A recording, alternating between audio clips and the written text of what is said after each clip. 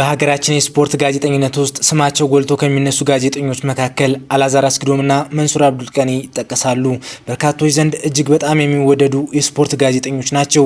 ቻናላችንን ላይክ እና ሰብስክራይብ በማድረግ እስከ ዝግጅታችን ፍጻሜ አብራችሁን ቆዩ። ከተላላቆቹ እስከ ታናሾቹ ስሙን አንስተው የማይጠግቡት የሚወዱት ስመገናና ጋዜጠኛ አላዛር አስግዶም፣ የፋና ላምሮቱ የመድረክ አጋፋሪ ጋዜጠኛ ዳና ረጋ ስለሱ ሲመሰክር ስለሱ ያላወራውበት ቦታ የለም። ሁሉም የሚወደው በፋና ቤት እያለ ካለቆቹ እስከ ታች ያሉ ጋዜጠኞች የሚሳሱለት ሁሉንም ያሟላ ነው ይላል። አሁንም ድረስ በየትኛው ሚዲያ እንደሱ አላየውም። ሙያውን አክባሪ፣ ለስራው የሚበረታ አንባቢ ነው ሲል ይገልጸዋል። ስለ ፊልም፣ ስለ መጽሐፍ፣ ስለ ፖለቲካና ስፖርት ብታወራው ሁሉንም እጠግ ድረስ ይነግራል። ሁሉም የሚወደው ጋዜጠኛ አንተነህ ዋሱ የተባለ በማህበራዊ ሚዲያ ሲገልጸው ደግሞ ኢትዮጵያ ውስጥ በአላዛር አስግዶም ልክ ስፖርታዊ ጉዳዮችን በጥልቀት የሚረዳና የሚተነትን የስፖርት ጋዜጠኛ ስለመኖሩ እርግጠኛ አይደለሁም። በጊዜው ብልጭ ከሚሉ ከፍተኛ ጥራት ያላቸው ጋዜጠኞች መካከል ቀዳሚው አላዛር ነው። እይታው እንደማንኛውም የእግር ኳስ ተመልካች ወይም ተራ ስፖርት ጋዜጠኛ ሳይሆን ረቀቅ ያለ ሳቢና መሳጭ ነው። ከሚያነሳቸው ርዕሰ ጉዳዮች ጋር የሚጠጣሙ ታሪካዊ ዳራዎችን ሲተርክ አፍህን ከፍተህ እንድትሰማው ያስገድዳል። ባጭሩ እሱ እጅግ በጣም ጂነስ ነው። ስሰማው ቡልና ባድር ምንም የማይሰለቸኝ ብቸኛው የስፖርት ጋዜጠኛ ነው ይላል። እግር ኳስ ቅሬላ ከመግፋት በላይ መሆኑን በደንብ ያሳየ ነው። ከፍ ሲልም በእኔ እምነት ለረጅም ጊዜ ለኢትዮጵያ የስፖርት ጋዜጠኝነት መለኪያ ሆኖ የቆየ ነው። የስፖርት ጋዜጠኛው ዮናስ አዘዘ ሲገልጸው መንሱር በምንም አይታማም፣ ሁሌም ዘገባዎቹ ሚዛናዊ እንዲሆኑ ይጥራል። ሁሉም የሚያከብረው የምህር ሰው ነው። የአራዳ ኤፍኤሙ መስራች ዮናስ አጎስ ደግሞ እግር ኳስ ከጨዋታም በላይ ነው፣ የአስተዳደር ጉዳይ ነው፣ የፊዚዮሎጂ ሳይንስ ጉዳይ ነው። ስፖርት ብዙ ነገር ነው። እግር ኳስ ዙሪያ ማህበራዊ፣ ኢኮኖሚያዊ፣ ፖለቲካዊ ጉዳዮች አሉና ለመንሱር እግር ኳስ ቅሬላ ከመግፋት በላይ ነው። ግራ ቀኝ ኋላና ፊት ያለው ትስስር ብዙ። እሱ እግር ኳስን በቅጡ ያውቀዋል። ቋንቋውን ይናገራል፣ አመሉን ይረዳል፣ አወጣጥ አገባቡም አይቸግረውምና ስለ ኳስ ቢያወራ ያምርበታል። የዚህ ዝግጅት ተከታታዮች ሁለቱ የእግር ኳስ ተንታኞች እግር ኳስን ቢተነትኑ የሚያምርባቸው በጥልቀት ሀሳባቸው፣ በትንታኔያቸው ማን የማያደንቃቸዋል? በአንድ ቢሰሩ አንድ ተቋም ቢገነቡ ምን ያስመለክቱን ይሆን? በተለይ ለሀገራችን ስፖርት ሀሳብ አስተያየታችሁን አጋሩን። ስለ ኳስ መናገር ሲጀምር ነገረ ስራው በአንድ ትልቅ ዩኒቨርሲቲ ውስጥ ሌክቸር የሚሰጥ እንጂ እንዲያው ዝም ብሎ የኳስ ወሬ የሚያወራ አይመስልም። እግር ኳስን የሆነ ደረጃ ላይ አድርሶት ጉዳይ ማድረግ ተክኖበታል። ቢሰሙት የማይሰለች የሚለው የማይነጥፍበት የኳስ ወዳጅ ደግሞም አስወዳጅ መንሱር አብዱልቀኒ ለአድማጭ ተመልካቹ ከፍ ያለ ከሚታየው የዘለለና የተሰወረውን እውቀት ለመግለጽ የማይሄድበት ርቀት የለም። ያነባል፣ ይጠይቃል፣ ይመለከታል። መዘርጋት የቻለበት ርቀት ድረስ ሂዶ ሁሉን ያደርጋል። ሲፈልግ እግር ኳስን ከጦርነት ጋር ያጣምረዋል፣ ከሚሊታሪ ሳይንስ ጋር ያዛምደዋል። ከበድ ያለውን የእግር ኳስ ጥበብ የውትድርና ጽንሰ ሀሳቦች ውስጥ ከቶ ፍትፍት አድርጎ ያቀርበዋል። እንዲያውም ኋላ ወደ አማርኛ ተተርጉሞ ለንባብ የበቃው ዛርቶፋር የሚሊታሪ ስልት መጽሐፍ የመንሱር መጽሐፍ በመባል ይታወቃል። እሱ ድሮ አንብቦታል። የስፖርቱን መከላከል፣ ማጥቃት፣ ጸረ ማጥቃት የሚሉትንና የመሳሰሉትን ሀሳቦች እንዳንድ መኮንን ከሚሊታሪ ሳይንስ ጋር አገናኝቶ ሲተነትን አፍ ያስከፍታል። መንሱር አብዱልቀኒ እግር ኳስን ሲጽፍም ሲናገርም ያምርበታል። ለዚህ ነው አጋሩ የስፖርት ጋዜጠኛ ዮናስ አዘዘ እንደኔ መንሱር ለኢትዮጵያ የስፖርት ጋዜጠኝነት መለኪያ ነው ሲል ያሞካሸው። አንጀት አርሱ የእግር ኳስ ተንታኝ መባሉ እርሱም ብዛም ባይወደውም ስራው ግን ያስብለዋል። መንሱር አብዱልቀኒ ዛሬን ያየው መውጣት ግድ ያለውን ተራራ ወጥቶ ቁልቁለትንም ወርዶ እንጂ እንዳው እንደ ቀልድ አይደለም። የቀደሙት ዓመታት እስራኤላውያን ከመግባታቸው በፊት ካለፉት የ40 ዓመታት የሲና በረሃ ጉዞ ጋር ዛሬ የደረሰበትን ስኬት ደግሞ ከወረሷት መልካሚቱ ምድር ከነዓን ጋር ልናመሳስለው እንችላለን። ገና ታዳጊ እያለ የጀመረው የውጭ ጉዞ እስኪጠናቀቅ ለጊዜው በሚል ቻምፒዮንስ ጋዜጣ መጠነ ክፍያ እየተከፈለው ስራ ጀመረ። ቀዳሚ ስራውም የአራሚነት ስራ መደብ ነበር። የመጀመሪያ ስምሪቱ በጥሩ ሁኔታ መውጣት በመቻሉ ስራው ቀጠለ። አንድ ሁለት እያለም ብቃቱን አስመሰከረ።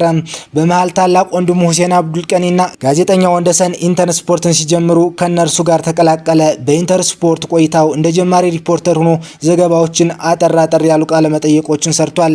በስራ ሂደቱ ከዘገባው ባሻገር ለዲዛይን ልዩ ፍቅር ስላደረበት የተለያዩ ሶፍትዌሮችን፣ ጠቃሚ ግብዓቶችን በማሰባሰብ በጥልቀት ስለ ስራው አጥንቶ ዲዛይን መስራት ጀመረ። መንሱር የያዘውን ነገር በልቀት ማከናወን ስለሚመርጥ ስራውን ከውጭ ተሞክሮዎች በመውሰድ በሚገባ መስራት የጀመረው ያኔ በኢንተር ስፖርት እያለ ነው። በዚህም የተዋጣለት ባለሙያ መሆን ችሏል።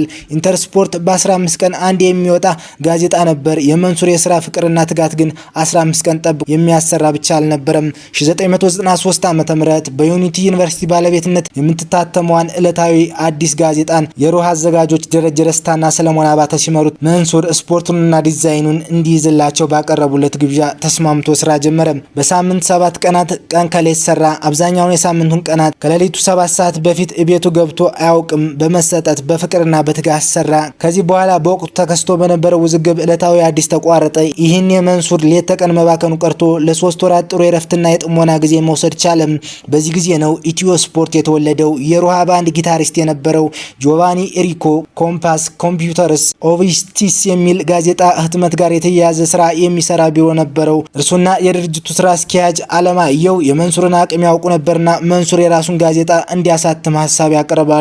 ሀሳቡን ቢወደውም ለስራው የሚያስፈልጉ በቂ ቁሳቁሶች የሉኝም ነበር ምላሹ። እነ ጆቫኒ አስፈላጊውን ኮምፒውተሮች ከድርጅቱ እንዲጠቀም አድርገው ቢሮአቸውን አጋርተው መንሱር ዮናስ አጎስ፣ አብይ ተክለማርያም፣ ኢብራሂም ሾፊን ይዞ 1994 ዓ.ም ኢትዮ ስፖርትን አቋቋመ። ስራ እንደ ነገሩ የመከወል ልማድ ያልፈጠረለት መንሱር አብዱል ቀኒ ለጋዜጣው ስኬት ህይወቱን ሰጥቷል።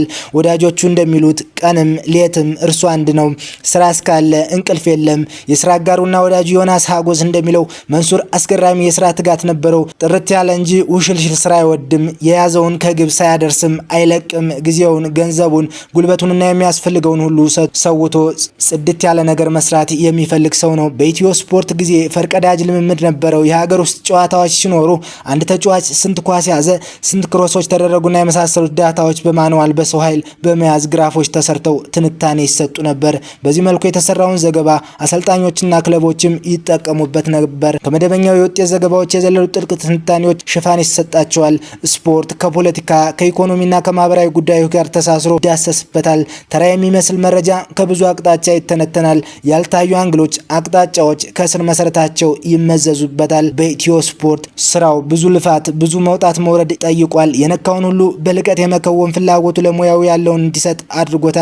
የጋዜጣ ህትመቱ ዘገባውን መስራት፣ ኤዲት ማድረግ፣ ዲዛይን መስራት፣ ኤዲቲንግና ሌሎች የህትመት ሂደቶችን ማለፍ የሚጠይቅ ከባድ ስራ ነበር። አስፈላጊ ወጪዎችን ለመሸፈንና የሰራተኞቹን ደሞዝ ለመክፈልም ብርቱ የማርኬቲንግ ስራ ጠይቋል። ታዲያ መንሱርና አጋሮቹ ሁሉም በብቃት ተወጥተውታል። ልፋታቸውንም መና ሆኖ አልቀረም። ኢትዮ ስፖርት የስፖርት አፍቃሪው ሱስ ሆነች። የስፖርት ጋዜጠኛው ዮናስ አዘዘ እንደሚያስታውሰው በዘመኑ በዕለተ ቅዳሜ አዲስ አድማስ ያልያዘ እንዳላዋቂ ይቆጠር እንደነበረው ማክሰኞ ደግሞ ኢትዮ ስፖርትን ይዞ ያልታየ የስፖርት ቤተሰብ የስፖርት ፍቅሩ ጥያቄ ውስጥ ይገባ ነበር። ጋዜጣው እጅግ ተጽዕኖ ፈጠረ። ይዘቱና የጋዜጣው የተለየ ቅርጽ ተወዳጅና እጅግ ተጠባቂ እንዲሆንም አደረገው። በተለምዶ 22 ተብሎ በሚጠራው አካባቢ ቢሮ ተከራይተው ስራው በስፋት ቀጠለ።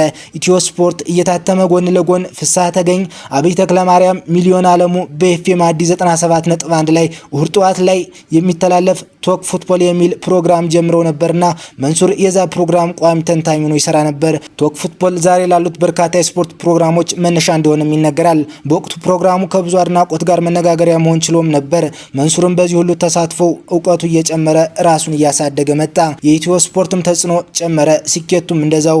በዚህ መልኩ ኢትዮ ስፖርት ለ12 ዓመታት ዘለቀች። በስተመጨረሻ የማህበራዊ ሚዲያ ተጽዕኖ እየጨመረ ሲመጣ ማንም ሰው መረጃን በትኩስ በእጁ የሚያገኝበት አማራጭ ሲሰፋና በአንጻራዊነት የጋዜጣ ስራ ፌዝ አውት ሲያደርግ መንሱር አብዱል ቀኒም ሙሉ በሙሉ የኤሌክትሮኒክስ ሚዲያውን ተቀላቀለ። ከአጋሮቹ ጋር በመሆንም በብስራት ኤፍኤም ብስራት ስፖርትን ጀመረ። ሁለቱ ብርቅዬዎች የእግር ኳስ ተንታኞች የራሳቸው የሆነ ቀለምና ለዛ አላቸው። ቢሆንም አንድ ላይ የሚሰሩበት አጋጣሚ ቢፈጠር ምን ይመጣ ይመስላችኋል? ሀሳብ አስተያየታችሁን አጋሩን። ቻናላችንን ላይክ እና ሰብስክራይብ ማድረግ እንዳይረሳ። ሰናይ ጊዜ ተመኘን።